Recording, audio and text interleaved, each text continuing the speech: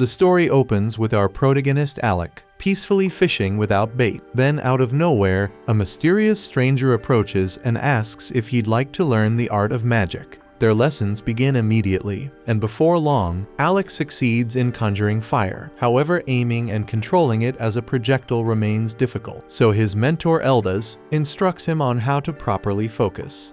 Eldaz instructs him to imagine the sensation of striking his target, and also tells him to picture the friends he'll have one day. Sooner or later, those companions will find themselves in danger, and Alec will need to step in and protect them with his magic. That idea works wonders since Alec strongly desires to shield the ones he loves. So Eldaz tells him to hold on to that feeling while inhaling deeply. At last, Eldaz tells him to open his eyes and let the spell fly, and Alec successfully launches 2 fireballs. Overjoyed, Alec grins ear to ear, and Eldaz commends him for the progress. Alec admits that today's spell was particularly hard since it took most of the day to master, but Eldaz reminds him that ordinary people need an entire month to reach the same level. Alec is pumped to learn a new technique, but Eldaz decides not to push him too far, knowing it could weaken the overall training. To cool off, Eldaz suggests they wind down with more fishing. Alec complains, saying he finds fishing boring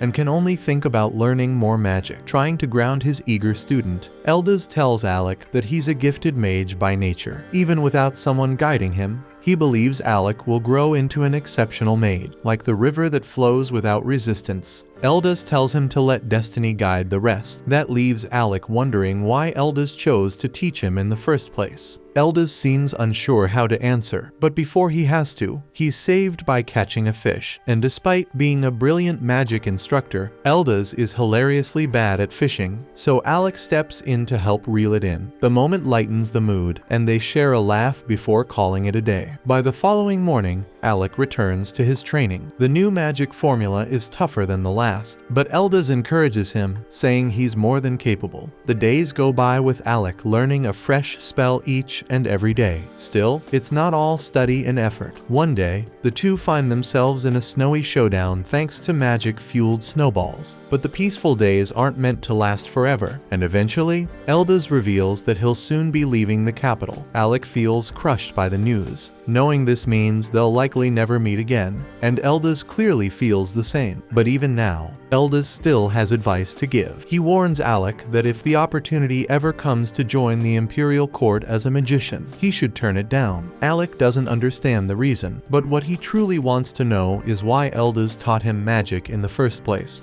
Eldaz hesitates, emotion showing on his face, but he manages a gentle smile and says it was because Alec's mother helped him long ago, back when she was still alive. Those end up being Eldaz's final words to his student, leaving Alec silent and shaken. Years pass, and Alec, now a grown man, is attending the Royal Academy of Magic. He never forgot the teacher who changed his life, and in his search for answers, he discovers that Eldaz once graduated at the top of his class. He did become a court mage, but for reasons unknown, he was later exiled. Alec realizes now that this is likely the source of the sadness that always lingered in Eldaz's eyes. With this in mind, Alec makes a bold decision. He sets his sights on reforming the structure of the Imperial Court. To repay the debt he owes Eldaz, Alec swears to make a difference, and that begins by becoming a court magician himself. Time skips forward, and Alec has achieved his goal. He's now serving as a court mage, but that changes quickly as Prince Regulus announces Alec's dismissal. Regulus questions whether Alec even understands his own duties. Alec replies that his role is to assist the prince using his magic, but Regulus clearly has something else in mind. He presses further, asking if Alec fulfilled that role during their last mission, but Alec has no answer. The prince explains that he, as a warrior, leads from the front because that's his role, and their shield bearer Ix blocks attacks without hesitation because that's his role, and their mage Lenny uses flame spells to push back monsters because that's her role. But Alec, by contrast, has only ever used buffs and defense spells. Regulus says that's not enough, not for someone carrying the title of of court magician. He questions whether Alec only holds the position in name. Alec admits that he's stuck to support magic so far, but insists there's a valid reason for it. Regulus isn't interested in hearing his side. He interrupts and tells Alec to just admit that all he knows is basic support magic. Then he calls him pitiful for pretending he's more than that, and the others jump in as well. Lenny mocks him, saying he's always warning the team not to go too deep into the dungeon, when really in her eyes, he's just scared. Alec is stunned by the words coming from his former teammates, but Lenny tells him that she was simply keeping quiet until now. It was the king who placed Alec in their group. But they've reached their breaking point. None of them are willing to hold back anymore, and they're tired of dragging someone like Alec along while tackling dangerous dungeons. Regulus says he'd heard Alec was top of his class at the academy, but it's obvious now that he's incapable of doing anything unless someone else steps in to help. Alec begs them to let him explain, but Regulus catches sight of something tucked at Alec's side. It's a dagger, and that alone sets the prince off. He snatches the weapon from Alec and reminds him that he gave a direct order forbidding commoners from carrying arms. Alec tries to explain that he brought it for the next floor of the dungeon because they'll need it, but Regulus has no interest in hearing excuses. He declares that no one on his squad is allowed to take independent action, and he says that this is exactly why he opposed bringing a commoner into his party in the first place, and he regrets not fighting harder against it. Regulus then grabs Alec by the shoulders, tears the official robe off his back, and tells him he doesn't deserve to wear it. He's done arguing, and all Regulus says now is that their team has no place for someone like Alec. So he orders him to leave, and Alec stands there frozen. Later that night, Alec buries himself in study, determined to learn everything he can about the dungeon. He uses magic to flip through multiple books at once, reviewing floor layouts and magical data with precise focus. He compiles a full breakdown of the threats awaiting on the 30th level, and concludes that Regulus's team doesn't have the magical capacity to make it through. His conclusion is based on monster strength, terrain difficulty, and the known failure rates from previous attempts. With their current group setup, Alec is convinced they won't make it out alive. Alec wishes things had turned out differently, and he genuinely tried to be of help, but in the end, he just couldn't earn the prince's trust. Just as he's about to give up, Alec realizes there's still one option left. He knows Regulus won't hear him out, so he decides to approach the king himself. But when he reaches the castle, he's turned away at the gate because he's no longer a court magician, and ordinary citizens aren't allowed inside without official approval. Still, Alec refuses to leave and insists that he carries information too important to ignore. Right at that moment, Lenny shows up to remind Alec that he's been dismissed. She sneers that he's no longer a court magician, just another ordinary commoner. She says she's heard plenty of tales about his supposed brilliance back at the Magic Academy, but seeing him now, she figures those stories must have been lied. One rumor even claimed Alec broke records in the capital's dungeon. Until then, no one had gotten past the 30th floor, but allegedly Alec reached the 68th. Lenny always doubted that story, and now she feels validated. Alec doesn't respond to her jabs and chooses to stay silent because he still has something urgent to deliver to the king. He reminds her that it was the king himself who assigned him to Regulus's team, and that must mean the king trusted him. The message he carries is meant to protect the prince, and Alec believes the king would listen if he just had the chance to pass it on. Lenny returns, seemingly to accept the letter, only to shred it into pieces right in front of him. She says she's done entertaining a commoner's words, then orders the guards to toss his sorry ass out. Later, Alec reflects on how it's been 4 years since graduation, and he tells himself he really did try his hardest as a court magician. Still, he feels the weight of failure and knows he owes Eldas an apology. In the end, he couldn't reform the imperial court like he promised. Suddenly, a familiar voice calls out, and Alec turns to see Yorha, an old friend from the past. It's been 4 years since they last met, but she can tell right away that something's wrong. Alec apologizes for the gloomy mood, and Yorha vents her frustration about the kingdom of Galdana. She says she's sick of how this place clings to outdated ideals about noble blood and social class, and how discrimination still thrives because of that shit. Though she's clearly upset about what he went through, she also admits she's a little glad it happened. She reminds him of what she once said in the past, that one day, she'd get him to join her team, and that's exactly why she came to the capital. Now's her chance, so Yorha asks if he'd like to dive back into dungeons, but this time with his old crew. She tells him she genuinely needs his strength and that she'd be happy to have him by her side again. Alec is taken aback because it's a complete reversal compared to the way Regulus's group treated him. Once a court mage cast out for being dead weight, Alec has been carrying the weight of failure and doubt. But thankfully, Yorha pays no mind to any of that. She sees through his self-doubt and reminds him he's far more than who he believes he is. She tells him she doesn't need anyone else, only him. Her words hit deeper than she realizes, and then she reveals something more. Her party made a pact. One day, they'd all come back for him. She doesn't want to pressure him if he has other plans, but her sincerity has already reached him. Alec agrees to rejoin, and Yorha welcomes him back to their rank squad. Later on the cart, Alec dreams of a conversation from the past when Eldas warned him not to become part of the court. Yorha asks him if he's okay, and Alec just replies that his old mentor had been right about something after all. Back at the palace, Regulus receives word that Alec has left the kingdom and returned to the life of an adventurer, and the group mocks their former companion. The academy once called Alec its most brilliant student, and Regulus had been eager to see how impressive he really was. But after fighting beside him, Regulus concluded he was nothing but a spineless disappointment. Lenny says she's just relieved they won't have to deal with that useless commoner again. Alec's replacement is already lined up, the brilliant son of a noble house named Vogan, and as a true noble, he'll contribute far more than Alec ever could. And with Vogan now on the team, Lenny says they'll tear through the dungeon faster than anyone has before. She boasts that Regulus's name will echo across the world, and they all burst into maniacal laughter. Meanwhile, our protagonist arrives in the dungeon city known as Fizzle. Yorha loves it here because unlike the kingdom, Fizzle doesn't carry the same old bias and class restrictions, so it's been her party's home base for years. But before they can venture into any dungeon,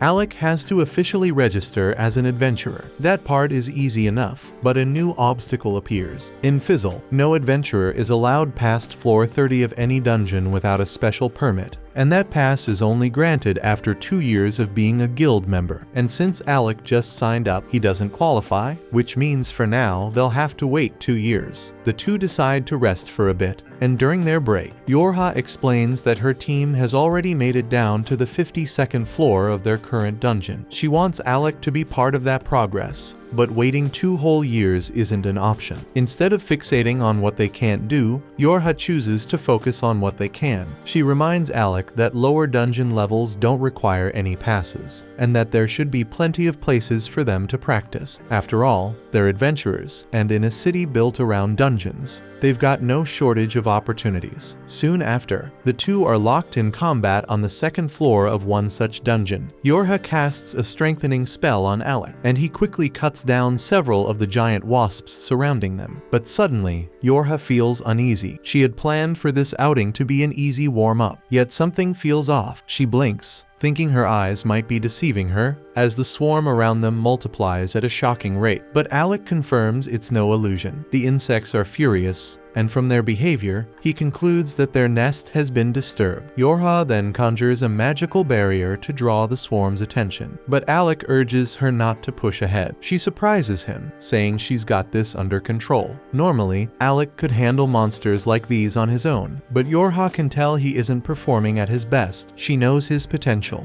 yet something seems to be weighing him down, and that's why she tells him to let her handle it for now. It might be tough, but she says helping a comrade in need is exactly what teammates are for. Her words cut deep, stirring something inside Alec. He reminds himself that he's no longer a court magician. He's an adventurer now, just like Eldas once taught him. He repeats to himself that real magic is meant to protect what's precious. Alec clenches his fists and decides he won't hold back any longer. He unleashes an offensive spell, sending bursts of energy that tear through the surrounding wasps. More of the monsters rush in, but Yorha feels stronger this time. With the real Alec fighting by her side, she raises a shield for him to work behind. Just like the old days, Alec chants again, and bolts of lightning crash down from above, obliterating every last wasp in the swarm. Yorha cheers in victory, But her joy fades fast as the ground splits open, and a massive berserk worm bursts out. Alec instantly understands why the swarm had gone wild, but there's no time to dwell on it. The creature lunges, wrapping around Yorha, but Alec already has a plan forming. He knows the spell he needs, though he hesitates. One wrong move could hurt her. He calls out to Yorha, reminding her that she had mastered the finest defensive barrier spells back at the academy. They've always fought in perfect sync, so Yorha immediately catches on to what he's thinking. She fires back with a grin, reminding him that he was once the student with the strongest offensive magic in the entire school. With their trust aligned, Alec unleashes his full power. He chants the name of his attack, Sacrifice Blaze, and releases a torrent of searing flame that engulfs the monstrous worm. Yorha braces behind her barrier as the firestorm consumes their foe, and when the smoke clears, the two stand triumphant amid the ashes. Alec tells her that he always had faith in her, and Yorha smiles, saying he's still the most powerful mage she's ever known. The scene then shifts to a memory from their academy days. Their party is locked in combat with a raging dragon, one fierce enough to wield 5 elemental powers in succession. The fight turns grim, and Yorha is nearly spent after shielding the team from the creature's relentless barrage. Just as the beast prepares to finish them, Alec steps in and obliterates the dragon with a single strike. That moment would go down in history. The day Alec's team conquered floor 68 of the Royal Dungeon. Proving that the legendary story was true, their group erupted in celebration, swearing that they'd stay together no matter what came next.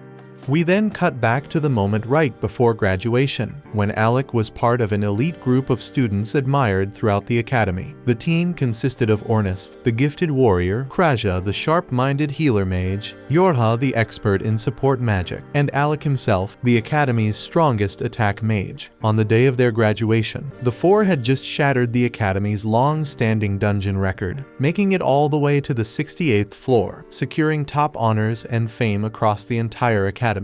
But as they were walking back together, chatting about their future goals, Alec suddenly came to a stop and told them that he wasn't planning to continue with them because he'd decided to become a court mage instead. His teammates were visibly let down, especially Ornest, who had hoped that with Alec on board, they could have formed the strongest adventure team the world had ever seen. Still, he respected Alec's choice, knowing he must have had his reasons. But before they parted ways, Yorha made one thing clear, that she wasn't giving up, and the moment Alec became available again, she'd be there, waiting to bring him into her party. That brings us back to the present, where Yorha happily welcomes Alec to the team to celebrate. She treats him to a warm meal, but it turns out she doesn't handle alcohol very well, because after a single mug of beer, she's already slurring and barely upright. Within moments, she's out cold, slumped in her seat, so Alec places his jacket over her so she doesn't catch a chill. That's when a man suddenly appears behind him, commenting that Alec seems unusually thoughtful for an adventurer. Assuming he's just a random drunk causing trouble, Alec chooses to ignore him and turns away. But the man doesn't like being brushed off, and he angrily swings his bottle at Alec. The glass shatters, but Alec had already activated a barrier spell, blocking the attack with ease. He prepares to respond, but the man surprises him by calling him by name and saying he lives up to the rumors, then sliding a dungeon permit across the table. He tells Alec to treat it as an apology for such a rude test. Alec, still a bit irritated, now feels more confused than anything. He has no idea who this man is, until Yorha, still groggy from her drunken state, suddenly sits up and asks what the guild master is doing here. Alec freezes in place, realizing the man is none other than the guild master himself. The guild master then calmly tells him that he'd like to see what the former court magician is truly capable of, and invites him to come to the training grounds for a demonstration. Soon, they arrived at the guild's testing chamber, where the man finally introduces himself properly as Leviel Stamp. Alec immediately recalls hearing tales of Leviel's past, and he was once a member of an elite S-rank adventuring team, so Alec knows this fight won't be easy. Still, he's thrilled because he sees this as the perfect opportunity to sharpen his edge before stepping into a real dungeon. As soon as the match starts, Alec opens with a thunderbolt, but Leviel swiftly dodges and retaliates with a slicing water slash. Alec quickly realizes that ranged magic won't work well in this fight, and he'll have to go in close if he wants to stand a chance in this duel. But before he can get close, Leviel activates body enhancement spells, dramatically boosting his speed and strength. He moves so fast that Alec struggles just to follow him with his eyes. And when Leviel finally attacks, Alec manages to throw up a barrier just in time. But even with the shield, the impact sends him crashing into the wall. Yorha flinches in concern, but Alec soon gets back on his feet, assuring everyone he's alright. He admits the speed caught him by surprise, but now that he's experienced it once, he starts thinking of ways to react to it. Then, a grin forms on his face because he remembers that back when he served the prince, he was forbidden from taking initiative in combat. But now, as an adventurer, he has no such restraints, so he's not just limited to dodging and support spells anymore. Channeling his magic into his staff, Alec reshapes it into a glowing blade and charges straight at Leviel. In response, Leviel fires off another water slash, but Alec slices through it with ease, closing the distance. Leviel's impressed, but he doubts Alec will be able to do the same once he starts throwing punches. He strengthens his body even further and darts toward Alec again, but this time, Alec is ready. Just as Leviel gets into striking range, he triggers a hidden thunderbolt spell that explodes right in his face, stunning him long enough for Alec to land a direct strike with magic blade. Leviel stumbles back, genuinely surprised that Alec managed to break through his defense. He finally understands why Yorha always speaks so highly of him,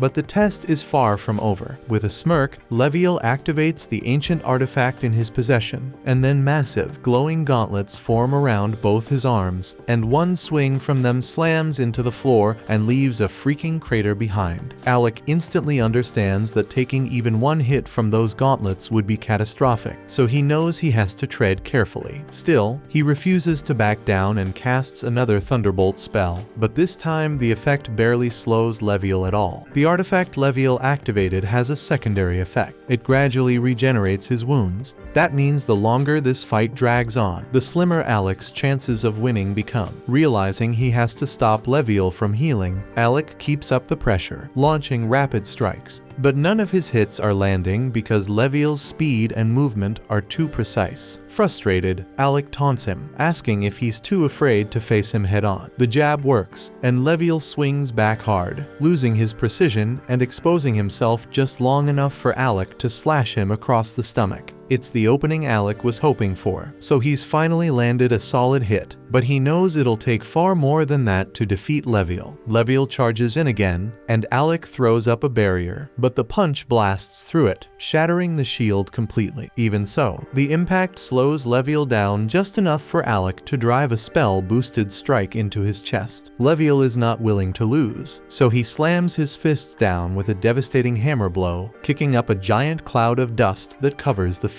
Yorha starts to worry that Leviel is going too far for what's supposed to be a test, because that last hit looked like it should have knocked Alec out. But then Alec appears behind Leviel and lands one final blow before his wand breaks, and he collapses. Yorha runs to check on him, and Leviel admits he may have pushed things too far, and he declares Alec the winner. As Yorha starts treating Alec's wounds, Ornist shows up after getting tired of waiting, and is shocked to learn that Alec had just fought Leviel. He tells Leviel it was a bit much to use his strongest weapon in a sparring match, but Leviel says that things got intense, and he lost himself mid-fight. Now that he's seen Alec fight, Leviel is sure he's ready to enter the dungeon and hands over the dungeon pass. The test didn't go how anyone expected, but Ornist still congratulates Alec for passing. Since Alec is still unconscious, they carry him back and let him rest on a couch. By now, everyone knows what Alec went through as a court mage, and the fact that he lasted as long as he did is nothing short of incredible. The palace was packed with snobs who couldn't stand the sight of a commoner in their ranks, so Alec must have fought with everything he had just to hold his ground for this long. Right then, the receptionist bursts into the room, urgently calling for the guild master with some bad news. Leviel quickly tells the group he has to take care of something and asks them to stay behind and look after Alec while he's gone. Before leaving, he warns them not to go any anywhere near his alcohol stash, especially not to touch the rare bottles. The moment Leviel steps out, Ornest casually strolls over to the liquor shelf and grabs the most extravagant-looking bottle he can find, grinning to himself, just to mess with Leviel later. Then, turning serious, he asks Yorha to tell him the full story behind Alec's time as a court mage. Up to this point, he's only heard vague bits and rumors,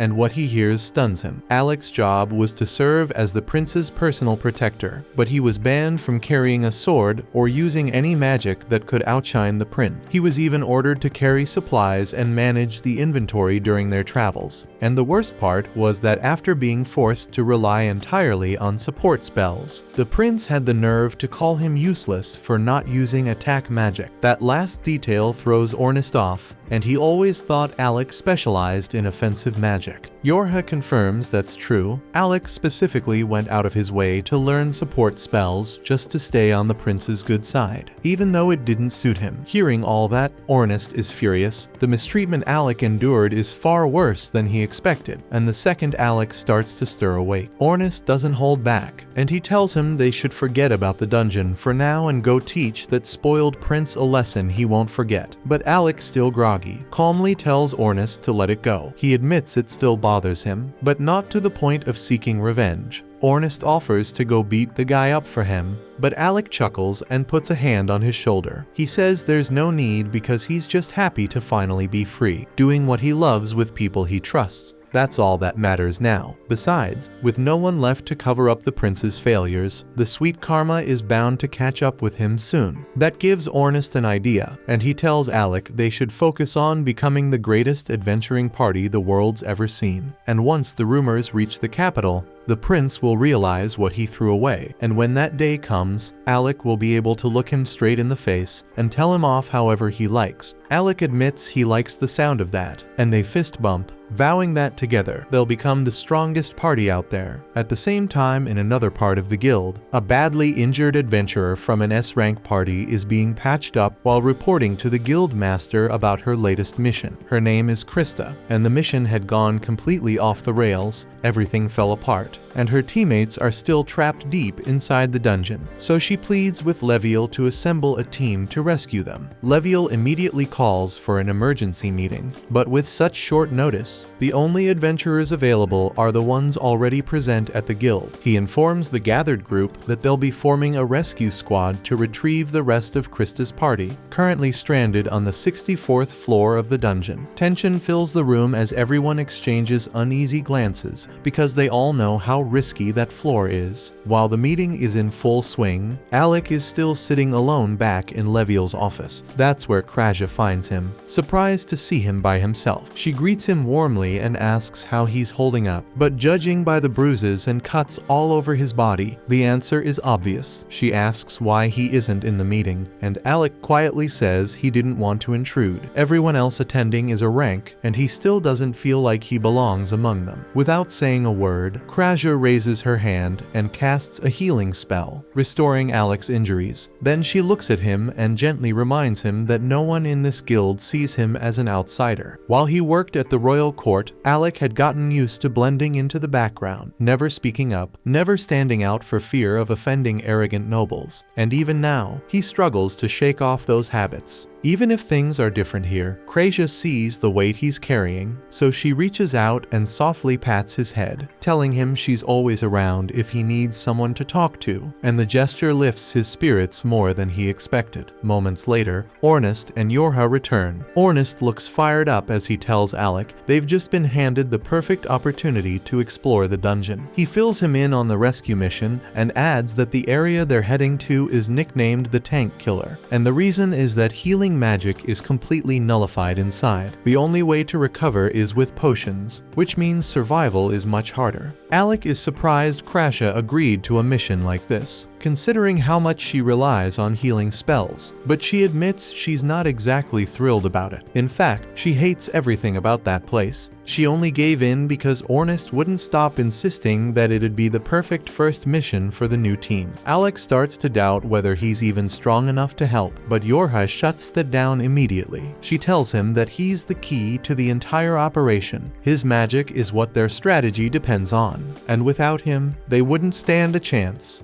The group soon heads toward the dungeon, and as they stop in front of its towering gate, Ornus steps forward with his usual swagger, declaring that this is where their legend begins. Then they begin mapping out their next moves.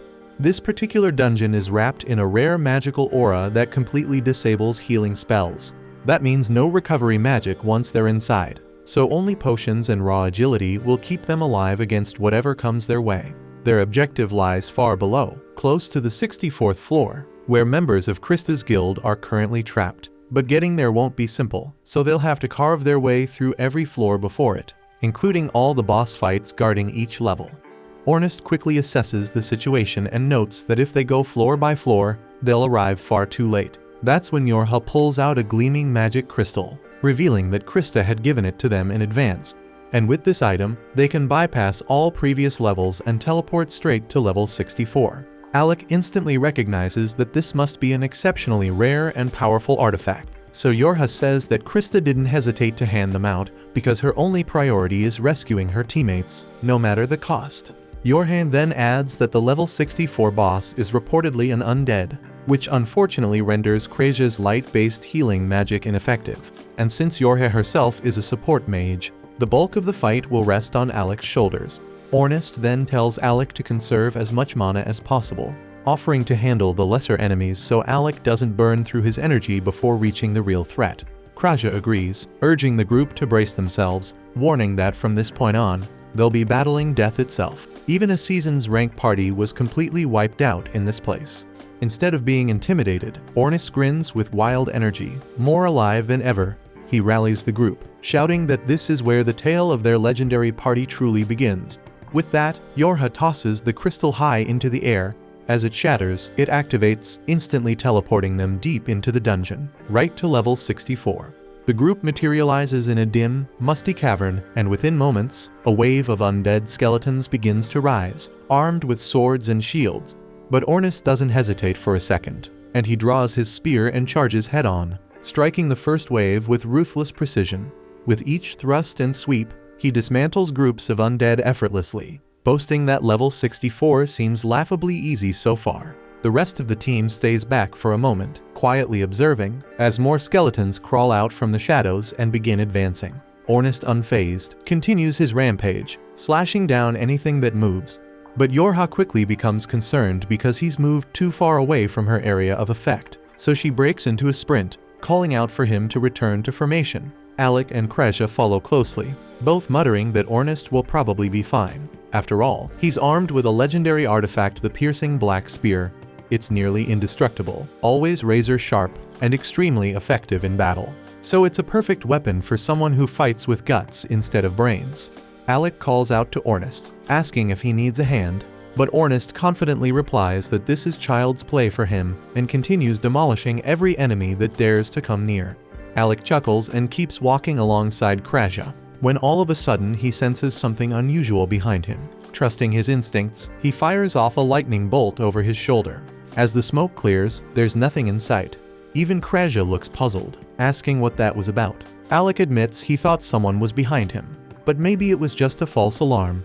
Still uneasy, he draws his sword and dashes forward, slashing the air in front of him. His blade clashes with something invisible, which suddenly reveals itself as the Grim Reaper.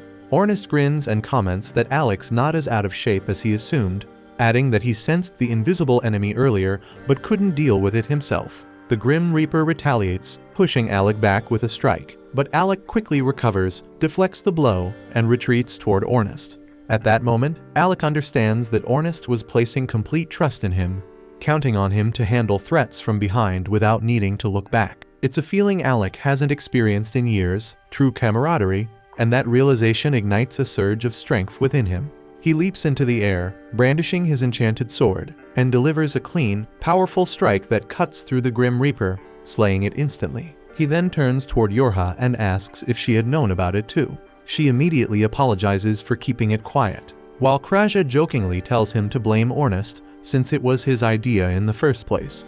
Alec smirks and tells Ornus he owes him one, to which Ornus replies that they'll talk about favors after they actually make it out of this dungeon alive. The four teammates now regroup, side by side, ready to take on whatever comes next. Soon after, both Alec and Ornest launch themselves into the swarm of undead, slicing and tearing through skeletons in every direction, while Yorha provides magical reinforcement from the rear. Ornest is in his element, pulling off flashy maneuvers and eliminating every skeleton in his path. Meanwhile, Kreja calmly supports him from a distance, taking down sneaky enemies with her deadly accurate bow shots whenever they try to flank him. Yorha, though typically in the backline, is forced to defend herself up close with her staff as the endless wave of skeletons pours in. Realizing the horde isn't slowing down, Alec calls the others back, shouting that he'll take care of the rest in one strike. Without hesitation, the party quickly gathers behind him, so Alec channels his power and unleashes a massive thunderbolt, engulfing the entire area in blinding electricity, making every last skeleton reduced to smoldering ash. Once they're in the clear, Ornest turns to Alec and casually asks why he's only been using his Thunderbolt skill, since back at the academy he used to wield several types of offensive magic. Alec quickly brushes it off and just says that Thunderbolt is the fastest spell to cast, so it's just more efficient in battle. Ornest raises an eyebrow, clearly unconvinced, but chooses not to push the issue as there's no time to dig deeper because they're on a mission. Suddenly, a monstrous roar echoes from the depths ahead, and they all instinctively assume it must be coming from the boss room. Ornest doesn't hesitate because the moment Yorha casts reinforcement magic, he blasts forward like a flash, running faster than Ishospeed himself. Alec watches in surprise, impressed by both Ornest's explosive speed and Yorha's magic boost. He and the girls waste no time and quickly follow Ornest through the tunnel toward the source of the noise. As they emerge into a wide open chamber, they spot Ornest perched casually on a rocky ledge, arms folded, observing a chaotic scene unfold below as a massive monster is chasing a panicked adventurer in every direction. Alec immediately prepares to help the poor guy, but Ornest doesn't move, muttering that the frantic mage down there is named Loki, a notorious troublemaker from a party called Recroma. Kraja nods in agreement, adding that Loki might be obnoxious, but he's also a clever support mage. Alec, however, struggles to process what he's hearing, especially as Loki flails around, screaming up at Ornest to do something and swearing he'll haunt him every day if he dies here. Ornest, unfazed by the threats, just watches with a bored expression. But the situation looks grim because Loki suddenly trips and crashes to the ground, with the monster bearing down on him fast. Alec instinctively gets ready to intervene, but Kraja tells him to wait, explaining that this is all part of Loki's usual strategy. Alec hesitates, watching as the towering monster approaches Loki. But then, in a flash, a trap spell beneath the creature ignites, blasting it with molten lava. Alec's eyes widen in shock, but Kraja simply smirks, repeating that Loki is nothing if not crafty. The beast staggers backward, only to trigger another trap, setting off a chain of fiery explosions. Loki jumps to his feet and starts taunting the creature, laughing mockingly and boasting that only a fool would trip in a trap-filled zone like this. But his arrogance quickly backfires as the monster roars in rage and charges up a devastating magical blast aimed directly at him. Loki's bravado fades in an instant as he realizes that death is seconds away. So he closes his eyes, bracing for the end, but is saved at the very last moment by none other than Ornest, and Loki can't believe he's still breathing. Then, as Alec and the girls make their descent to join the battle, the monster redirects its fury, launching an attack straight at Alec. But Yorha reacts in time, casting a protective shield that blocks the strike. Alec prepared to counter with another thunder magic, but before he could unleash it, the beast twisted around and charged straight for Ornest and Loki instead. Alec shouts a warning to Ornest and Loki, alerting them to the incoming danger, and fires off another thunderbolt spell that strikes the monster dead on. However, as the dust settles, he quickly realizes the attack wasn't powerful enough to bring it down. Ornest notices the creature rapidly closing in on him, so he resorts to a desperate maneuver, charging straight at the beast and slipping between its legs in a swift motion. He then hurls Loki toward Kraja, who tumbles to the ground beside him. Yorha promptly instructs Kraja to take Loki to the ledge while they handle the monster. Ornest swiftly assumes position, drawing his spear in preparation for the next clash. They wait until Kraja secures Loki's safety, then brace themselves for the final confrontation. Yorha casts a powerful enhancement spell, boosting all of Ornest's stats, prompting him to charge the creature head-on. He skillfully evades its strike, leaps into the air, and drives his spear toward its face. Yet the monster proves far more resilient than expected, violently shaking him off and flinging him to the ground. Yorha races to aid the fallen Ornest, but the monster attempts to crush him instantly. Fortunately, she casts her shield spell just in time to block the blow, giving Ornest a brief moment to recover. Meanwhile, Alec appears almost theatrical, conducting an unseen symphony as he summons 5 glowing magic circles around the monster. Loki observes in disbelief, remarking that even generating 3 circles is incredibly difficult. For Alec to conjure 5 simultaneously, he must be a prodigy, but Kraja calmly replies that Alec is capable of far more. To Loki's astonishment, Alec proceeds to summon 20 magical circles at once. Then, as the monster lunges forward, Ornest climbs up its body and strikes its tail, buying Alec the precious seconds needed to complete his spell. Ornest then leaps away just as Alec finishes his incantation and unleashes a devastating barrage of thunderbolt magic that electrocutes the beast, freezing it mid-motion. But when Alec moves in to deliver the final blow, the creature unexpectedly sidesteps, narrowly evading the attack. The monster immediately begins charging its own magical blast, but Kraja quickly casts a blinding spell, momentarily disorienting it. At the same time, Yorha uses her magic to summon enormous glowing chains that bind the monster tightly in place. Taking full advantage of the moment, Ornest hurls his spear like a javelin, landing a direct hit through the creature's skull as Alec prepares to finish it for good. But to everyone's surprise, the monster still manages to move and immediately begins casting its devastating magical blast once more. Alec, however, remains calm and unmoved, preparing to unleash a spell so rare that only 2 people in the world even know it. One is his mentor Eldas, the very mage who created it, and the other is Alec himself, who learned it directly under his guidance. As the creature hurls its charged blast toward Alec, he counters it with reflection magic, sending the attack back with twice the force. But the Dame monster is incredibly resilient and somehow survives even that. Now barely hanging on, the beast attempts the same spell again. But this time Alec combines his reflection magic with multiple layered magic circles, engulfing the monster in a brutal inferno.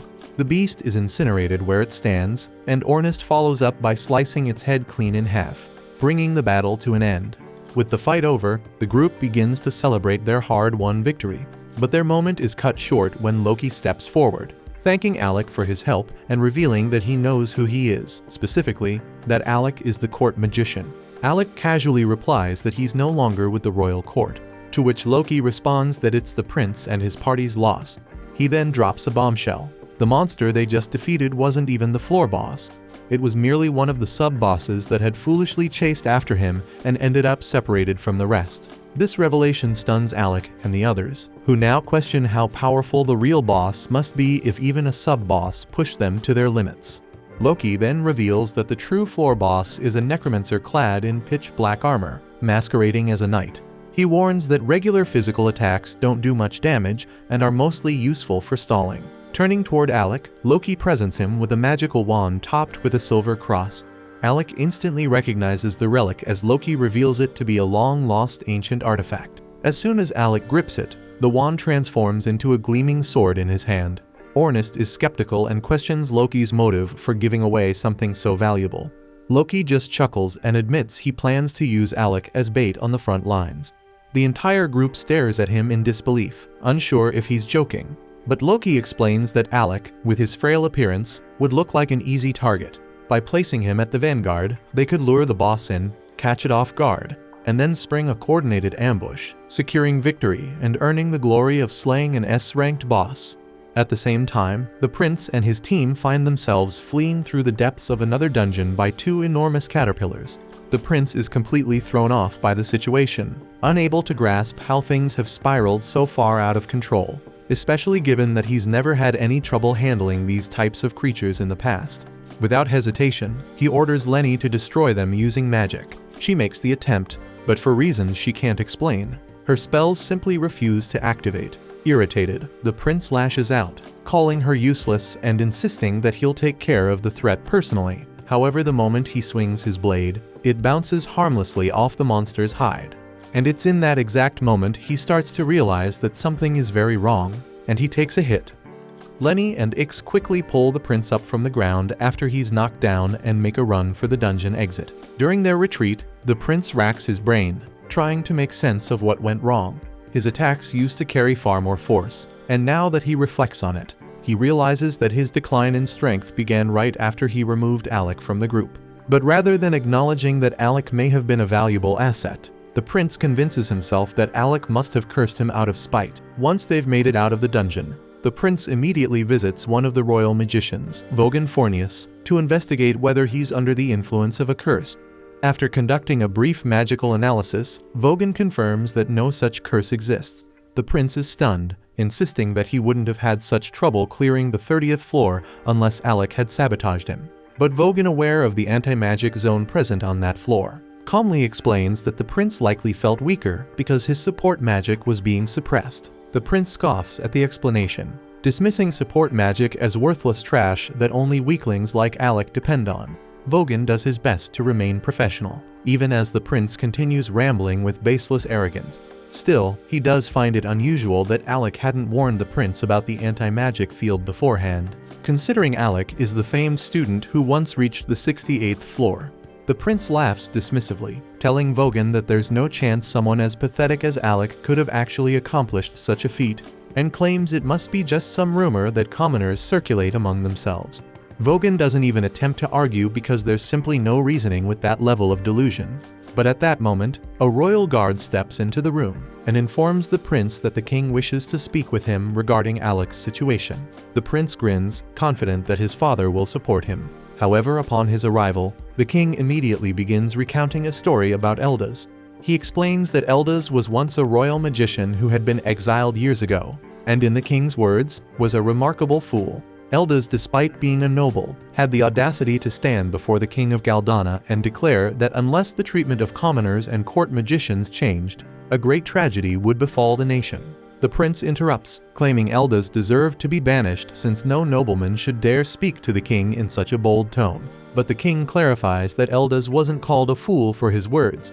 After being stripped of his noble rank and cast out, Eldaz went on to enroll at the Royal Magic Academy. There he silenced his critics with extraordinary talent and graduated as valedictorian. Yet despite gaining fame and prestige, he made the baffling decision to return to the castle and serve once again as a court magician.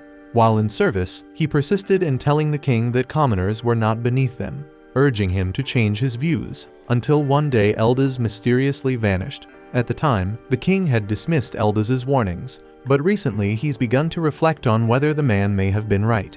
That doubt is precisely why he ordered the prince to explore the dungeon, because he wanted to determine whether nobility truly makes one superior to commoners, and based on the prince's current state, the king admits he may have been mistaken. He states that the time has come to abolish their outdated policy of discrimination, and going forward he intends to hire based on talent, regardless of lineage. The prince is left speechless, shocked by what he's hearing, and insists that such a policy would tarnish the royal family's reputation if commoners were treated as equals. The king calmly acknowledges that he's the one who raised the prince with those beliefs. But times have changed, and so must they. The prince protests, arguing that associating with commoners like Alec only brings disaster, pointing to his own situation as evidence. But before he can continue, a guard steps forward and hands Regulus the remains of a torn note that Alec had written. The king explains that before Alec departed, he had prepared a detailed guide specifically designed to help Regulus navigate the 30th floor of the dungeon. But it was destroyed by Lenny before the prince ever had a chance to read it. Regulus is stunned by the revelation, and overwhelmed he quietly tells his father that he's not feeling well and excuses himself from the room. As Regulus exits the chamber, the king turns to Vogan and quietly requests that despite the challenges it may present, he would be grateful if Vogan could support Regulus to the best of his ability. Vogan nods and assures the king that he will do everything in his power. At the same time, Regulus is spiraling into a mental breakdown, because if Alec truly possessed remarkable talent and insight all along, then the harsh truth is that he himself may have been the problem, and he simply cannot accept that reality. At the same time, on Alec's side, he is in the midst of asking Loki to explain why he doesn't want him using magic against the upcoming boss. Alec understands that artifacts carry immense power, but this particular boss is supposed to be immune to physical attacks, and he doesn't believe the sword alone will be effective. However, Loki clarifies that he never intended for Alec to actually defeat it with the sword. He just wants Alec to act like a close-range fighter to prevent the boss from anticipating a magical attack. The rest of the group catches on to the strategy. but Kraja remains confused as to why they need to deceive the monster in the first place. Loki then explains that this boss possesses intelligence equal to their own. Alec finds the claim hard to accept, and Loki understands the skepticism. Still, all he asks is for Alec to rely on his blade, at least until he gives the signal, and Alec ultimately agrees to follow the plan. With that settled, Loki turns to Kraja and says there's something he needs her assistance with. It would take too long to reach their allies on foot, so he intends to use teleportation magic. The only issue is that he doesn't currently have enough mana to cast the spell by himself, so he requests her support in completing the ritual. The group immediately panics upon hearing the words teleportation magic, since it's a closely guarded national secret, and even being aware of it could put them at serious risk. But given the circumstances, they decide to take the gamble, while jokingly agreeing that if it all goes wrong, they'll just blame Loki. As Loki begins drawing the teleportation circle and walking Kraja through the process, Alec takes a moment to pull Yorha aside and asks whether Loki is someone he can truly trust. Yorha admits that she personally doesn't care for Loki's attitude, but when it comes to serious matters, he's absolutely dependable. To back that up, she tells Alec that 2 years ago, Loki successfully led a large-scale raid on a high-tier dungeon, and due to his exceptional planning, the entire mission was completed without a single casualty. Hearing this, Alec decides to put his full confidence in Loki's strategy, and once the teleportation circle is finished, the group gathers together inside it. Yorha is in awe, witnessing real teleportation magic for the very first time. However, Loki informs her that this is merely a simplified variant, designed to transport them to a destination of his choosing. On that note, he gives the group a firm warning. They'll be arriving directly in front of the boss, so they need to be battle-ready the moment they arrive. With that, Loki activates the teleportation circle, and in the blink of an eye, they vanish from their location and reappear right in front of the other members of Loki's team, who are currently locked in combat with the Dark Knight. The two allies have done their best to hold the creature off, but despite their efforts, they've inflicted little damage and are now visibly running out of stamina. Luckily, Ornist rushes in just in time to cover their retreat. He engages the knight head-on, drawing its attention, and while the knight focuses on Ornist, Alec tries to land a sneak attack from behind, but the enemy reacts instantly, leaping into the air to avoid the strike. The knight then charges at both Alec and Ornist, while Loki and Kraja move quickly to assist Reuel and Marbel, helping them retreat to safety. The knight's armor is incredibly dense, and from what they can tell, there's no actual body inside it. But that makes no difference to Ornist, because he rushes forward again, striking at the knight. The enemy attempts to jump over him, but Ornist was ready for that and pinned the knight's cape with his spear into the ground, creating a perfect opening for Alec to sever the knight's head. As the heavy steel helmet crashes to the floor, Alec wonders if that was enough to finish it off. But in battles like this, things are never that simple. The knight suddenly begins to stir once more, and grotesque tendrils burst out of its now exposed neck. So it becomes clear that this is an undead headless horseman, and the creature they had slain earlier must have been its mount. For a brief moment, Alec gets caught up in his thoughts, and by the time he snaps back to reality, the Dullahan is already airborne and descending toward him with a powerful attack. Alec raises his sword in a panic to block the blow, and barely manages to withstand it. The monster is faster and stronger than before, confirming Alec's suspicion that it had been holding back earlier.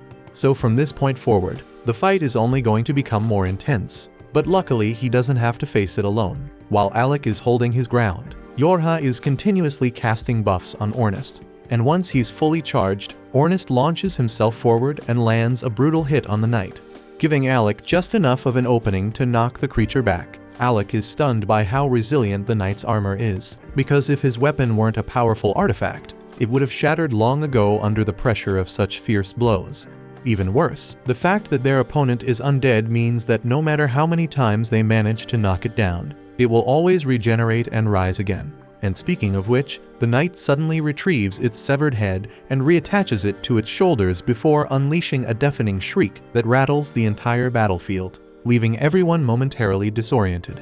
Immediately after, it locks onto Alec and delivers a brutal kick with all its force, launching him backward at an alarming speed. Fortunately, just before he slams into the wall, Yorha casts a barrier spell that cushions the impact. She rushes over to check on him, and Alec reassures her that he's okay. He just hadn't anticipated the knight having such refined martial prowess, and if not for Yorha's quick reaction with a barrier, there's a real chance he wouldn't have survived that blow.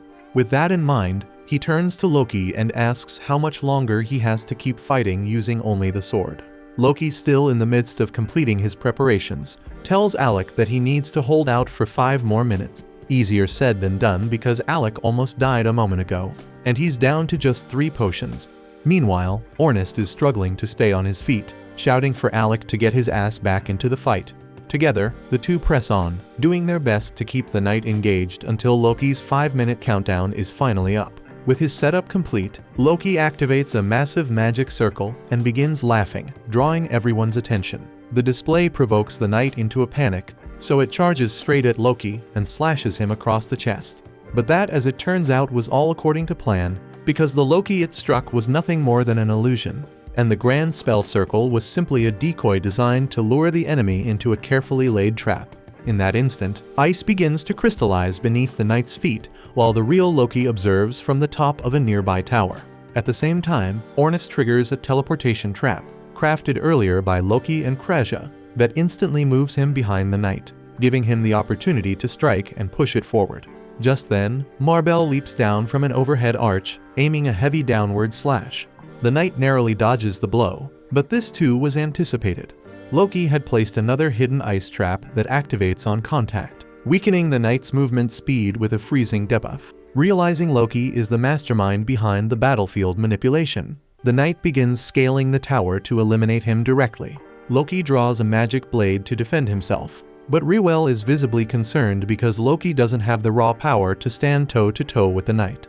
Although he had Yorha apply a 7-fold strength amplification earlier, the strain on his body is immense, and he's barely holding it together. Still, while Loki holds the knight's attention, Yorha prepares and casts a high-tier binding spell to restrain it. The spell succeeds, but not before the knight lands a heavy strike on Loki, knocking him off the edge of the arch and sending him plummeting toward the ground. Yet, even in freefall, Loki remains calm and unfazed because everything is proceeding exactly as he envisioned. And as he falls, he looks over to Alec, and with a smirk, calls out that the stage has been set, and it's time to bring this battle to an end, and he happily agrees. Alec then begins deploying a sprawling network of magic circles around the knight, and Loki is genuinely impressed because it's even more than what Alec unleashed against the last boss. But after everything he's already been through, Alec's body is starting to give out under the immense pressure of sustaining such complex spellwork. Still, he forces himself to his feet and launches the Thunderbolt acceleration spell, which lands a devastating blow. However, the knight still manages to move and is now starting to break free from the restraint spell that Yorha had cast on it. She struggles to hold it in place, but at this rate, the knight will break loose any second, so she yells at Alec to finish it off already. Of course, that's far easier said than done since Alec's body is on the verge of shutting down. And this marks the second time today he's used such a high-level incantation, and the sudden mono loss would have knocked out just about anyone else. Alec is no exception, but he has far more riding on this now, so no matter how badly it hurts, he grits his teeth and powers through, finalizing the casting sequence for one of his ultimate spells. A lightning dragon takes shape, and the instant Alec unleashes it, it tears through the knight, vaporizing it on impact and bringing the battle to a close. With the threat finally gone, Alec drops to the ground from pure exhaustion and mutters a joke about how having dependable teammates really makes a difference when your life's on the line. Yorha walks over and corrects him, saying it was more like they were the ones relying on him the whole time because they never would have stood a chance without him. Ornest just seems relieved that Alec is back to being his usual unstoppable self, and on a lighter note, he brings up the bet from earlier, and Alec remembers that right before the fight, Ornest declared that whoever passed out first had to take on a dare. Technically, Alec just lost that bet a moment ago, but since it happened after the battle ended, Ornest decides to go easy on him. He says the only dare is this: Alec's not allowed to keep things bottled up anymore. If something's weighing on him, whether it's Ornest, Yorha, or Kreja, he's got to talk to at least one of them so they can help. And Alec smiles and agrees without hesitation. Reuel then approaches to express his gratitude to Alec and the others for their assistance. Marbell wants to thank him as well, though her approach is a bit more forward, and she plants a kiss on his cheek, which visibly horrifies Yorha. Marbell then asks if Alec would be interested in teaming up for a dungeon raid sometime, but Yorha quickly steps in and firmly declares that Alec is their party's mage, so Marbell can't just claim him for herself. And since the Rechroma team owes Alec a huge debt, Riwell as the leader offers to write him a formal recommendation. Alec seems puzzled at first by the mention of a recommendation, so the others fill him in that to be promoted to S rank, an adventurer must receive an endorsement from an S rank party as well as approval from the guild master. Getting the guild master on board shouldn't be too difficult, so Riwell assures Alec he'll take care of everything on that end. Once the conversation wraps up, Alec retrieves the knight's magic stone, officially wrapping up the Rechroma rescue mission with a perfect result. Then upon returning to the guild, the receptionist warmly congratulates Alec on the successful outcome and tells him he's become quite the topic of conversation lately. She then asks if he managed to get any rest after the intense battle, but Alec replies that he's feeling great. With that, she hands him his reward, and Alec gets ready to head out. But just before he can leave, Leviel stops him and informs him that he has a visitor from the kingdom of Galdano waiting. This catches Alec off guard since he no longer has any ties to the kingdom, but he agrees to hear the visitor out and discovers that it's Vogan. Of all the people Alec dealt with back at the royal castle, Vogan was one of the more reasonable ones, so Alec gives him a respectful bow and says it's good to see him again. But before they can exchange pleasantries, Vogan immediately confronts him and asks if Alec was seriously trying to get Prince Regulus killed by not warning him how unprepared he was for dungeon combat. Alec responds calmly, asking Vogan whether he truly believes Regulus would have listened to anything he said, even if he had given him a warning. Vogan pauses, then realizes Alec's probably right. Still, he's clearly annoyed that he got stuck with this miserable assignment after Alec was dismissed, so he considers it a complete waste of his time and skills. Alec asks if that means Vogan was chosen as Regulus' new party mage, but Vogan replies that calling himself a magician at this point feels like a joke, so he's more of a glorified babysitter than anything else. After Alec's departure, Regulus attempted to tackle the 30th floor of the dungeon solo and ended up suffering serious injuries as a result. Vogan had hoped the incident would serve as a teaching moment, giving Regulus a chance to reflect and grow. Instead, the prince refused to accept any blame and demanded that Vogan accompany him here so he could confront Alec face to face. Alec asks if that means Regulus is currently in the city, and Vogan confirms it, explaining that he's down in the underground training arena at this very moment. Alec hadn't expected to cross paths with Regulus again so soon, but he realizes this might be the perfect chance to finally close the book on their unfinished business. So even though Alec would be entirely justified in ignoring Regulus altogether, he decides to go meet him in person and put an end to it properly. As they descend the stairs, Vogan comments that the only thing Regulus has going for him is his stubborn pride. But personally, he doesn't understand why the nobility always insist on proving themselves superior to commoners, because to him it all seems like a pointless waste of time. Alec reminds Vogan that he's technically a noble as well, but titles have never meant much to him, and all he's ever wanted is to live life on his own terms. When they reach the arena, they find Regulus already waiting at the center. To Alec's surprise, the first thing Regulus brings up is that the king intends to change how the kingdom is governed. While Regulus personally disagrees with this shift, he says he'll comply out of respect for his father's wishes. Hearing this gives Alec a sliver of hope that maybe Regulus has finally started to come around. But that hope is short-lived, and Regulus quickly adds that regardless of politics, he still can't stomach the idea of taking orders or even advice from someone he views as beneath him. Alec tells him that if he had just listened back then, he wouldn't be in the mess he's in now. But it's clear Regulus still refuses to hear reason, and Alec knows there's no point wasting breath on someone so willfully blind. Regulus has spent all 15 years of his life being told that he's inherently better than commoners, so the idea that he might be the one in the wrong simply doesn't compute. Desperate to prove that everything he's ever believed isn't a lie, he draws his weapons and challenges Alec to a duel, asking Vogan to serve as an official witness to their fight. Without warning, Regulus charges at Alec, forcing him to block with his wand. But Alec is caught off guard to find that Regulus has swapped his usual longsword for a pair of daggers. A few years back, when Regulus was first selecting his weapon, Alec had recommended that he use daggers instead of a longsword, pointing out that his body was still too small to wield something so heavy effectively. But Regulus had instantly dismissed Alec's advice without giving it a second thought. But ironically, he's now following that very advice. Still, just changing weapons didn't suddenly make him a skilled fighter, and Alec easily sidesteps one of his attacks. causing Regulus to stumble forward and slam face first into the ground. Alec suspects that Vogan probably played a role in setting this whole encounter up, so he asks what he said to provoke the prince. Vogan simply told Regulus that if he truly wanted to challenge Alec's strength, he'd have to prove it in combat. At the end of the day, it was Regulus's decision to show up and issue the challenge. And Alec has to give him some credit because despite everything, the prince didn't resort to cheap tricks. He came here looking for a clean, honorable fight. Regulus's daggers are artifacts, so they carry a good amount of power behind them. During one of their direct clashes, he even manages to break through Alec's shield. But that's about all he can pull off. He had clearly been training hard with those daggers in preparation for this moment.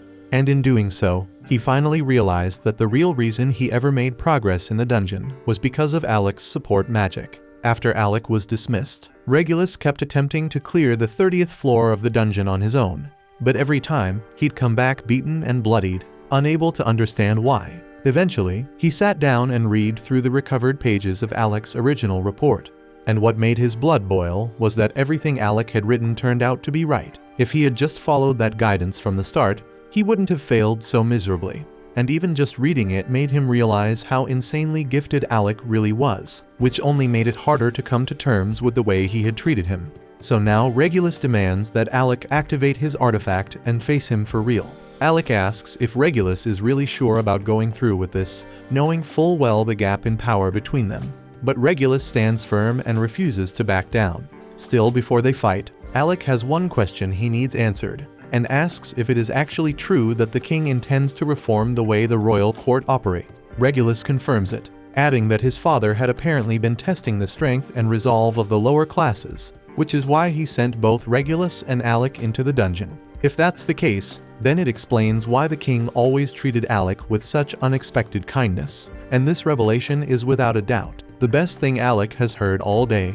Because now, those 4 years he spent serving as a court magician don't feel like a complete waste after all. But as for Regulus, he warns Alec to brace himself because he won't be holding anything back. He draws his artifact and charges forward, fully prepared to face the consequences. Regulus is shaking in his boots, knowing full well he's about to get the crap beaten out of him, but still he stands his ground, ready for whatever's coming. Yet at the very last moment, instead of striking Regulus, Alec shifts his aim and slams his attack into the ground. Regulus demands an explanation, asking why Alec chose to let him off the hook. He reminds him of every insult, every time he ignored him, mocked him, and acted like he was worthless for no reason at all. He built his whole self-image around the belief that being a noble made him better than everyone else. But if that was a lie, then what's left of who he is? He came here thinking that dying by Alec's hand would at least let him hold on to some shred of dignity.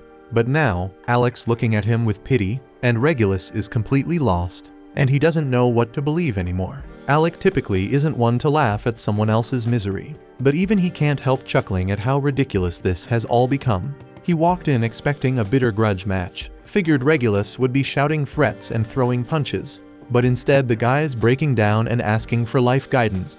The absurdity of the moment makes it impossible to stay angry, and suddenly Alec realizes how pointless all that resentment was in the first place. Once he sees that Alec isn't mad anymore, Regulus lowers his head and sincerely apologizes for how he treated him in the past. And Alec is honestly stunned because he never thought Regulus had it in him to swallow his pride and admit fault. Still, he understands that Regulus acted the way he did because of how he was raised. That doesn't excuse it. But if Regulus is willing to change, then Alec figures it's worth letting go. So without hesitation, he offers his hand. Regulus reaches out, about to accept it, but at the last second, he pulls back, still feeling a bit too embarrassed to follow through, and he wants to hang on to a little bit of pride. Instead, he pulls out Alec's old court magician cloak and apologizes for taking it from him that day. He tells Alec he can have it back if he wants, and he also presents a letter from the king himself, stating that there's an open seat at the royal court waiting for Alec, should he ever choose to return. Alec raises an eyebrow and asks if the king is ordering him to come back, but Vogan assures him that it's not a command, just a request. Alec nods, then says he doesn't need the cloak or the letter, because he's perfectly content with his current party and has no intention of ever leaving them behind again. Regulus accepts his answer without complaint, but insists Alec take the cloak anyway because it belongs to him. Then he tells Vogan they're done here and it's time to leave, because there's nothing more to say. But as he walks away, there's the faintest smile tugging at his lips, and it's clear that both he and Alec have finally made peace with their past. The next day, Alec catches up with the group and casually asks if anyone's got time to hang out. Kraja, Yorha, and Ornest all say they're free and ask what he's thinking. So Alec admits he was hoping they could show him more of Fizzle, because he's still getting his bearings and wouldn't mind a proper tour. Under normal circumstances, all three would be happy to help out, but the second Ornest and Kraja realize what's happening. They both spot this golden opportunity to give Yorha some alone time with Alec. So without wasting any second, they each toss out some clearly fake excuse and duck out, leaving Alec with no choice but to spend the day with Yorha one-on-one. Alec doesn't pick up on how suspicious their exit is, and Yorha just laughs it off, even though she knows full well they just handed her a gift on a silver platter. That said, she almost screws it up right away by asking Alec if he wants to push the date to another day, but he says he's totally fine with it being just the two of them. Hearing that gets Yorha a little hyped, so she jumps up and says she's gonna give him the full Fizzle experience. A bit later, the two are strolling through the city as Yorha explains that Fizzle's an adventurer-heavy town, so it's common to find weapons, armor, and all kinds of gear sold everywhere. But she warns him not to trust everything he sees, since some merchants are shady and love tricking people with useless junk. But that'd be great advice if she wasn't currently getting conned herself. Alec watches, half amused as Yorha's already fallen for some sketchy pitch. A merchant is trying to sell her a drug that supposedly gives you the stamina to fight for days without sleep. And that shit made Yorha want to buy it badly. But Alec can feel the bad energy radiating off that thing just by looking at it. So he grabs Yorha's hand and tells her to come with him. He figures it'd be smarter to let Kraja and Ornest handle the shopping instead since Yorha gets easily distracted. She admits she does get duped here and there, but reminds him that the last time she asked those two to shop, Ornest came back looking like Zorro, and Kraja bought an oversized teddy bear, so trusting them isn't exactly a winning move either. With that in mind, Alec says he'll take over the party's shopping from now on, and Yorha tells him that would honestly make her life way easier. As they continue walking, Alec notices a cozy-looking cafe and suggests they take a break, so the two of them go inside to relax over some tea. While they're sitting and chatting, Alec brings up how Ornest and Kraja seem to really dislike Loki, and asks Yorha what that was all about. Yorha tells him it's kind of a long story, then explains that 2 years ago, they ran into a rank party that was struggling in a dungeon, so they stopped to lend a hand. Not long after, Loki and Rewell showed up too, and they all teamed up to take down the floor boss together. But during the fight, Ornest got injured while shielding one of the rank adventurers by taking a blast of acidic spit straight to the back. He tried to act tough afterward, pretending he was fine, but his legs gave out on the way home, so Loki and Rewell had to carry him back. Up to that point, Loki had treated Ornest decently, but while Ornest was knocked out, his spear kept smacking Loki in the head, and eventually Loki lost his patience and chucked it into the forest, gone for good. Yorha doesn't think Loki meant any harm by it. In fact, he probably assumed it wasn't a big deal, since the spear was already in bad shape, but to Ornest, that spear meant a lot, and when he woke up and learned what happened, he was seriously pissed off. Still, he might have let it go if Loki had just apologized, since it was clearly a dumb mistake. But Loki genuinely couldn't understand why Ornest was so upset over a beat-up weapon. Ever since then, the two haven't been able to see eye to eye, and Yorha admits it's kind of ridiculous that a busted spear is what started the whole feud. Alec agrees, but that still leaves the question of why Kraja doesn't like Loki either. Yorha laughs and says Kraja doesn't actually have a real reason, she just doesn't vibe with the guy. A little later, Alec and Yorha are walking through town again when she starts reminiscing about all the time they used to spend shopping together back in Galdana. They'd pool their gold to buy healing items, and she even remembers how Kraja once tried to brew her own potions, but every single attempt turned into a disaster. As they keep walking, Yorha suddenly stops in her tracks. Her eyes lock on an elven ribbon hanging in one of the market stalls, and she's stunned. These rare accessories boost the wearer's magic power, and she's been searching forever for one. But the price tag is steep 50,000 gil, and she doesn't have anywhere near that much on her right now. She's clearly upset, knowing someone else will probably snatch it up before the day's over, and seeing how much it means to her, Alec decides on the spot to buy it for her. Yorha looks at him, a bit unsure, and asks if he's really okay dropping that kind of cash on her, but Alec tells her it's for the good of the team. Her magic plays a huge role in keeping their coordination tight. Plus, he's sitting on a mountain of savings from his days as a court magician, and honestly, he wanted to treat her to something nice. Yorha beams and tells him she'll treasure the gift with all her heart, and Alec's happy to hear that. The two of them spend the rest of the day enjoying the city together, checking out different spots and soaking in the atmosphere. As the sun begins to set, they end their outing by heading up to the top of the clock tower to watch the view. Yorha turns to Alec and asks what he thinks of Fizzle, and he says he loves the energy here because the way everyone's so full of life and free-spirited makes him feel like a real adventurer for once.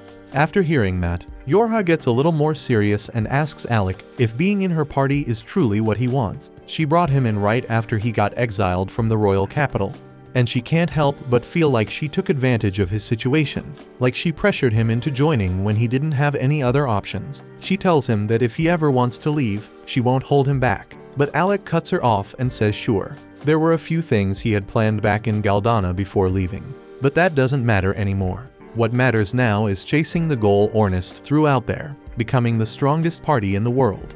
And he knows there's no way he can reach that without Yorha and the others by his side. So he's not going anywhere. That answer puts Yorha at ease, and she's especially glad to hear it because it's rare for Alec to speak so openly.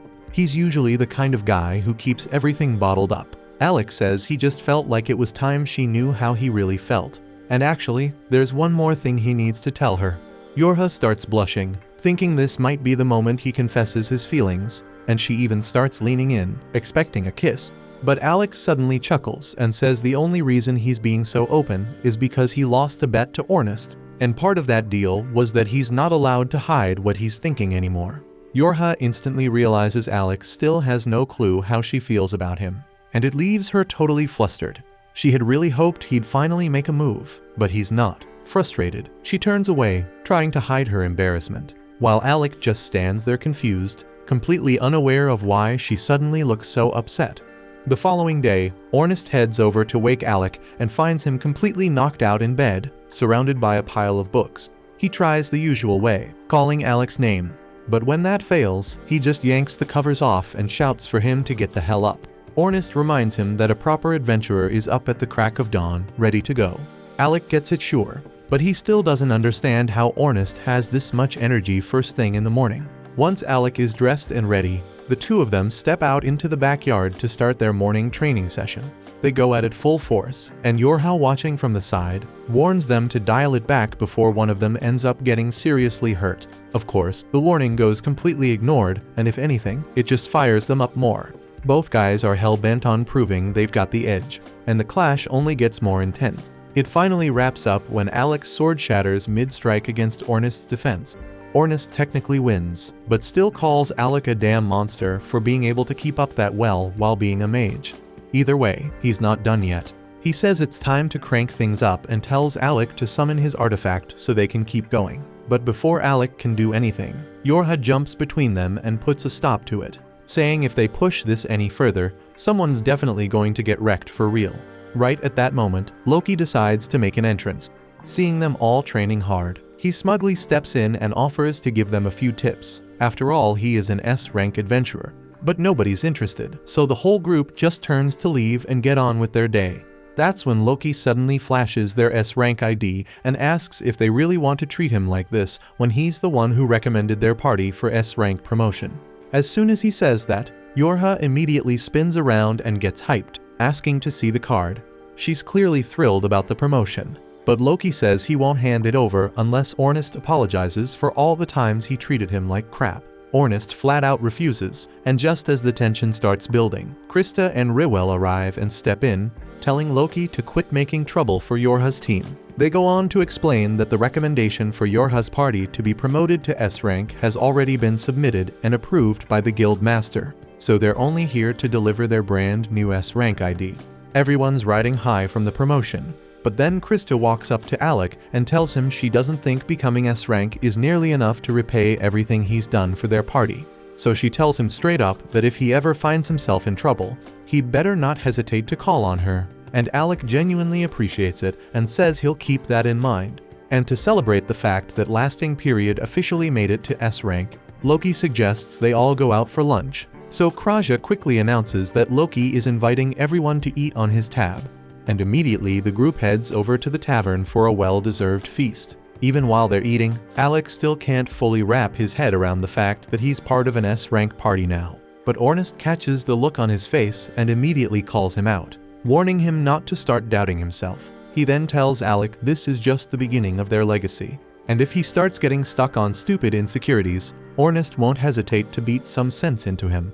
Alec says he gets it, and with that, Yorha lifts her glass and proposes a toast to their new S-rank status.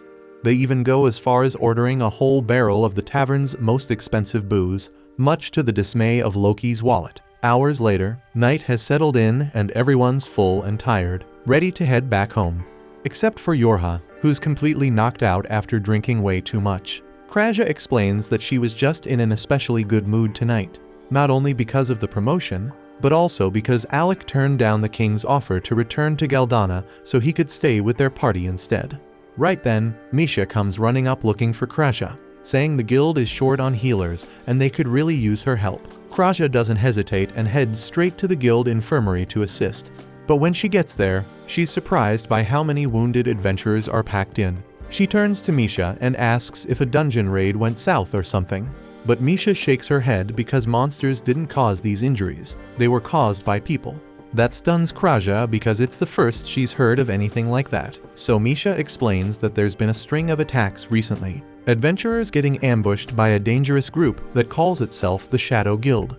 Right then, the guild master steps in and calls out to Kraja because he's got another injured adventurer who needs immediate help. The infirmary's packed, so Leviel had no choice but to bring her upstairs to his own quarters. The girl's name is Olivia, and she's in critical condition after being ambushed alone by the Shadow Guild. Her wounds are severe, but with Kraja on the scene, Leviel's confident she'll pull through. Kraja starts examining Olivia's injuries, carefully checking each one. But just as she's about to start healing, Olivia suddenly jolts awake and grabs her hand. She demands to know where she is, so Kraja calmly explains that she was brought to the guild for emergency treatment after being attacked. She then gently asks if Olivia remembers anything about the Shadow Guild that might help. But the moment she hears that name, Olivia erupts in rage. The memories of what happened come flooding back, and with clenched teeth, she swears revenge for what he did to her. She begs Kraja to heal her immediately so she can get back out there and fight. But Kraja stands firm and says no because if Olivia tries to jump back into battle right after getting healed, it'll only make things worse. Frustrated and still burning with anger, Olivia tries to push through the pain and force Kraja to heal her faster. But as Kraja warned, the effort causes her to collapse again. And once she's out cold, Kraja resumes the healing process. Turns out, Olivia is part of the Nameless Party, one of Fizzle's top-ranked swordsmen. Which only raises the question, who the hell could have done this kind of damage to someone that strong? And by the time the sun rises, Kraja has finished healing her. Completely drained, she slumps forward and dozes off at Olivia's bedside. Elsewhere in Fizzle, Alec is buried in research at the library, flipping through everything he can find on the arcane dungeon. Out of nowhere, a boy named Luorg walks up and introduces himself as a member of Nameless, the same S-rank party Olivia belongs to. And he asks Alec if he'd be willing to join him on a raid into the labyrinth. Not long after, Kraja heads over to Olivia's room to check in on her, only to walk in and catch her mid-swing with a sword. Despite the fact that she's supposed to be resting, Leviel is just sitting nearby, watching it happen. So Kraja shoots him a look and asks why he didn't stop her. But he just shrugs, saying it's pointless because Olivia won't listen to a damn thing he says. And when she shuts down like this, there's nothing he can do. And on top of that, she's not even telling him what happened with the Shadow Guild, which is stalling his entire investigation. Kraja steps in, grabs Olivia, and tells her she should be lying down. But Olivia fires back, shouting that the real issue isn't rest. It's the fact that her legs still aren't working right. She snaps at Kraja, yelling that if she's really a healer, she should start acting like one. Even though Olivia's being completely out of line, Kraja doesn't take it personally.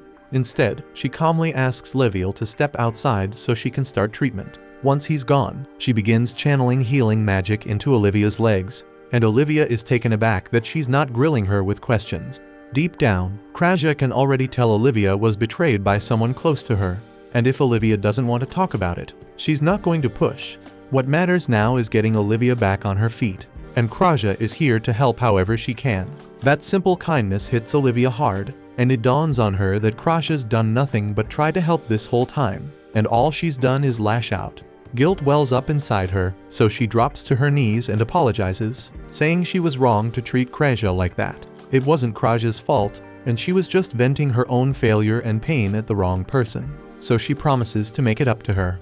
Kraja smiles, happy to see the change in her. But she doesn't want Olivia beating herself up, so she leans forward and gives her a gentle kiss on the forehead. Olivia recoils in shock, asking what that was for, and Kraja chuckles. It's just a little charm to help her relax. That simple gesture reminds Olivia of her mother, and for a moment, her expression softens as she drifts into thought. Kraja notices and asks what's on her mind, but Olivia shakes it off and changes the subject, asking if she can have something to drink. Kraja nods and offers to make her some tea. She brings over a cup for Olivia, and just as she's about to pour herself one too, Olivia speaks up again. She says she just remembered she hasn't eaten anything since the day before and admits she's starting to feel a bit hungry. Kraja says no problem and offers to go grab some food for her.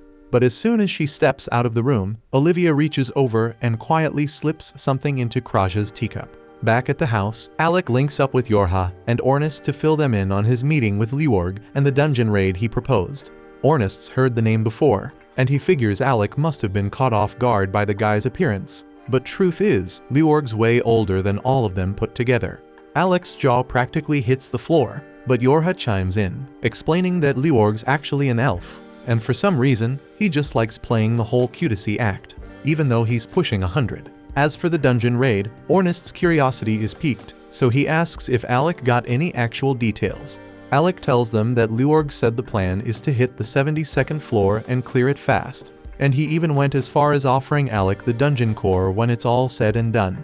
Alec was stunned that Leorg would just hand over the chance to clear the final floor, especially considering Nameless had been grinding their way through it for months. Sensing Alec's hesitation, Leorg explained that his team has some unfinished business with the Shadow Guild. Apparently, they messed with one of his teammates, and now he's heading out for payback. That means he won't be able to finish the dungeon himself, so he's hoping Alec's group can take over while he's dealing with the guild. Yorha thinks the whole deal sounds great, but Ornest flips out and calls the whole thing shady as hell. He says Nameless giving up their dungeon rights is one thing, but taking on the Shadow Guild too, that's just way too convenient. Alec admits it does sound sketchy, but Yorha pushes back, saying she doesn't think Leorg would screw them over like that. He's strange, sure, but he's the reason his party still runs smoothly, so she doubts he'd scheme against them. Anyway, standing around won't get them any closer to the truth, so Ornest grabs the core and says that the rude girl Kraja was patching up yesterday. Turns out she's from Nameless, so if they want to know if Leorg's telling the truth, they should just go ask her. The others are on board, so they make their way toward the guild. But right before they reach the entrance, Misha comes bursting out and crashes into them. They quickly ask what's going on, and Misha, out of breath, tells them something awful's happened to Kraja, which is why she was sprinting off to get help. The party hurries inside and spots Kraja slumped against the wall, barely staying upright, so they rush over to see if she is okay. She tells them she's mostly okay, but someone drugged her earlier, and by the time she came to Olivia was already gone. It's not hard to piece together who did it because clearly Olivia slipped her something, but Kraja's more worried than angry. She's convinced Olivia might have run off into the labyrinth again, probably chasing revenge. Ornest doesn't see why that's their problem, and if Olivia's dead set on risking her life for payback, that's on her. But Kraja fires back, explaining that Olivia's still not fully recovered. Her injuries haven't healed, and she's in no shape for another fight. Ornest gets that sure, but to him it still doesn't change the fact that it was Olivia's choice to begin with. And besides, she's the top swordswoman in the kingdom, so he seriously doubts the Shadow Guild has what it takes to take her down again. Maybe not on their own, but Kraja remembers Olivia saying something about a traitor. If that's true, then it wasn't just the Shadow Guild that brought her down. Someone else was involved, someone powerful enough to leave the country's strongest warrior in critical condition. And Kraja's not about to let her charge headfirst into that kind of danger again. Not when she can do something about it. So she says if nobody else is willing to go, then fine, she'll handle it herself. But the second she steps outside, she realizes the others are right behind her. They tell her they're not about to let her march into a place like that on her own. If saving Olivia really means that much to her, Then they're coming too, no questions asked. Together, the group makes their way to the entrance of the labyrinth dungeon. But Ornest is clearly not thrilled. Alec asks him what's wrong, so Yorha jumps in and explains that the dungeon's a mess of teleportation traps, scattered all over the place, making it a total nightmare to get through. Marbell then chimes in, warning that it's super common for teams to get split up in there, so everyone needs to stay sharp. That's good advice, but now they're all wondering what the hell Marbell is doing here anyway. Marbell explains that she heard Olivia took off from the guild and was headed back into the dungeon, so she came rushing here to stop her before she entered, but she was already too late, and that's why she wants to join their party. She says Luorg also asked her to step in as a substitute for Olivia, since she's also an S-rank swordswoman. But the real reason she came is because she wanted to see Alec's incredible magic in action, up close and personal. Yorha isn't having any of it though, and she shoves Marbell back and tells her that unlike the Nameless Party, they actually function like a proper team, and they're not about to throw off their rhythm just to add someone new. Alec then turns to Ornest confused and asks what Yorha meant by that. So Ornest explains that while Nameless is technically a party, the members act more like solo adventurers doing their own thing. Luorg was the one who somehow got them to work together, but outside of dungeon runs, they're barely even on speaking terms. Take Olivia for example, she hates involving others in her problems and never accepts help. She can come off cold or downright rude. But Marbell insists she's a good person underneath all that. Marbell used to hang around Olivia all the time when she was training. At first, Olivia tried to shake her off, saying she worked better alone and only joined Nameless because she needed a party to get through dungeons. But instead of backing off, that just made Marbell more persistent. And since Olivia didn't seem to care much for her team anyway, Marbell asked if she'd like to raid a dungeon together sometime. And Olivia actually said yes, so they've been close ever since. Marbell says she won't insist on coming if she's just going to slow them down, but she's genuinely worried about Olivia and begs them to do whatever they can to bring her back safely. But before heading in, Ornest tosses a wristband to Alec and tells him to wear it because it's their hidden trump card for this dungeon. Alec has no clue what it does, but he trusts Ornest and puts it on without arguing. Once they're all set, the group enters the labyrinth together, but before they move in too far, Krasia stops to set up a teleportation circle of her own. That way, if anyone ends up falling into a random teleportation trap, they'll have a safe way to get beamed to this point in an instant. Ornest is actually impressed that Krasia had the foresight to set everything up like this, so he casually starts patting her on the head. But Krasia doesn't appreciate being treated like a kid, especially not from him. So she immediately stops mid-cast and dropkicks him so hard he goes flying across the room. Unfortunately, his landing isn't so lucky because he smacks right into a teleportation trap. Alec panics and rushes over to try and help. But the moment he steps forward, he triggers a trap too, and just like that, both of them get warped to some random part of the dungeon. And it is pretty much Krejja's fault. Over on Alec's side, he has no clue where he landed. But he's surrounded by a swarm of monsters and quickly realizes he's going to have to fight solo. As the horde charges, Alec unleashes Thunderbolt after Thunderbolt, wiping out anything that gets too close. But one slips past his defenses and lunges from behind, only to get dropped instantly by a sharp arrow that pierces straight through it. Alec turns and breathes a sigh of relief when he sees Krasia standing there.